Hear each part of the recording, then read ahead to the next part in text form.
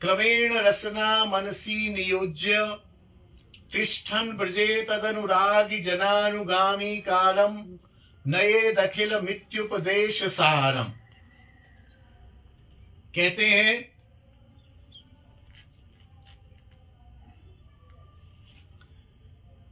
कृष्ण नाम रूप लीला और गुण। कृष्ण का नाम, कृष्ण का रूप कैसे है?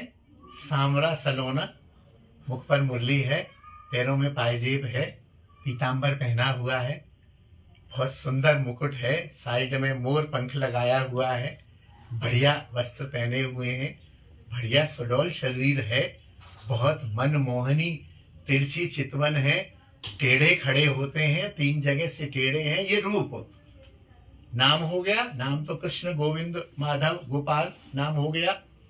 रूप ये हो गया। त्रिभंग ललित लीला, लीला में कालीदह लीला, गोवर्धन धारण लीला, रास लीला, बकासुर वध लीला, अघासुर वध लीला, उनकी विभिन्न लीलाएं। ब्रज में तो ब्रज की लीलाओं का, द्वारका लीलाओं का ज्यादा चिंतन करने की आज्ञा नहीं है, जरूरत भी नहीं है। ब्रज की लीलाएं क्या कम है क्या? ब्रज की लीलाओं का चिंतन करिए। सैकड़ों लीलाएं, 11 वर्ष में कितनी मधुर मधुर लीला की है। लीला और गुण, गुण उनमें कितने गुण हैं। अहो बकीयम स्तनकालकूटम जिघांसया पाय अपा पदवी, है ना। लेभे गतिम धातृचिताम कम वा दयालुम शरणम ब्रजेम। एक पूतना जो उनको अपने स्तन में जहर लगा के मारने आई थी, उसको उन्होंने अपनी धात्री की गति दे दी। कितने गुणवान हैं, कितने दयालु हैं। इतना करुणापूर्ण कोई भी नहीं होगा। जो मुझे मारने आए और मैं उसको माता के समान धात्री की गति प्रदान कर दूं और अपने गोलोक के बाहर, 4 दीवारी के बाहर एक उसके लिए परिसर बना दूं कि कुछ भी हो भाई, ये चाहे मारने आई थी लेकिन स्तन तो इसने पिलाया, और स्तन पिलाना माता का और धात्री का काम है। तो कुछ लोग कहते हैं माता की गति दी, माता की गति नहीं दी, क्योंकि माता कभी मारने नहीं आई थी। अगर मारने वाली को भी माता की गति दे दी तो यशोदा के साथ बड़ा अन्याय हो जाएगा। हो जाएगा कि नहीं? और लिखा हुआ है धात्री उच्चताम गति, मातृ उच्चताम गति नहीं लिखा है। धात्री की, आया की गति दी, क्योंकि आया फिर भी हो सकती है ऐसी कि वो स्तन पिला के भी बालक का अनिष्ट चाहे किसी कारणवश, फिर भी 1% हो सकती है। तो आया आया रहेगी और माई माता माता रहेगी। तो कितने दयालु हैं इन गुणों का। नाम, रूप, लीला और गुण,